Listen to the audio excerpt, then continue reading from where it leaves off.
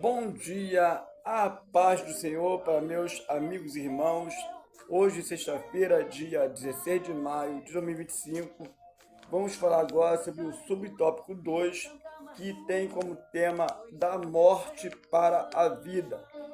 Na conversa entre Jesus e Marta, também se evidenciava a perspectiva da doutrina da ressurreição do corpo.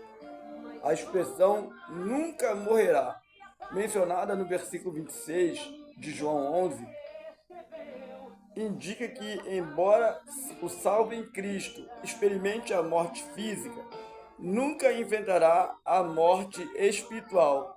O nosso Senhor fala de algo que vai além da compreensão humana e distingue entre a vida natural e a vida eterna.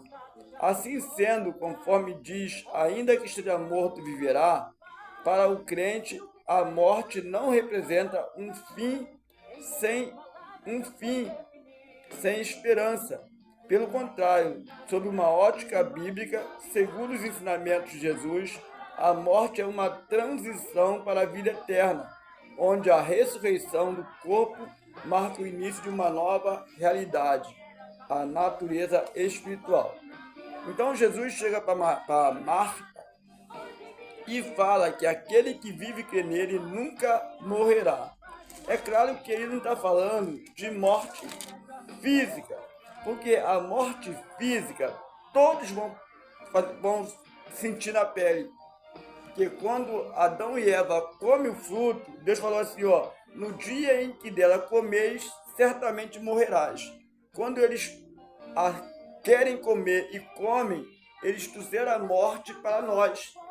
Para eles primeiro e depois para nós.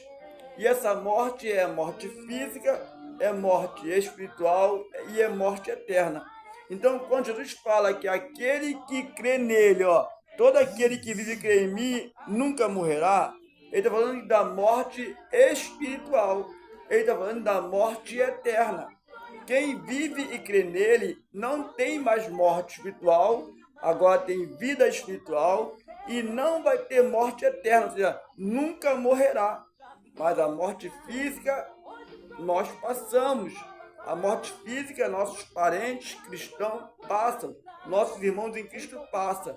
Mas esse nunca morrerá trata-se de uma morte espiritual, de uma morte eterna, ou seja, vai ter vida eterna com Cristo. Quem crê nele vai viver com ele eternamente. Vida de paz, alegria, sem sofrimento. Amém.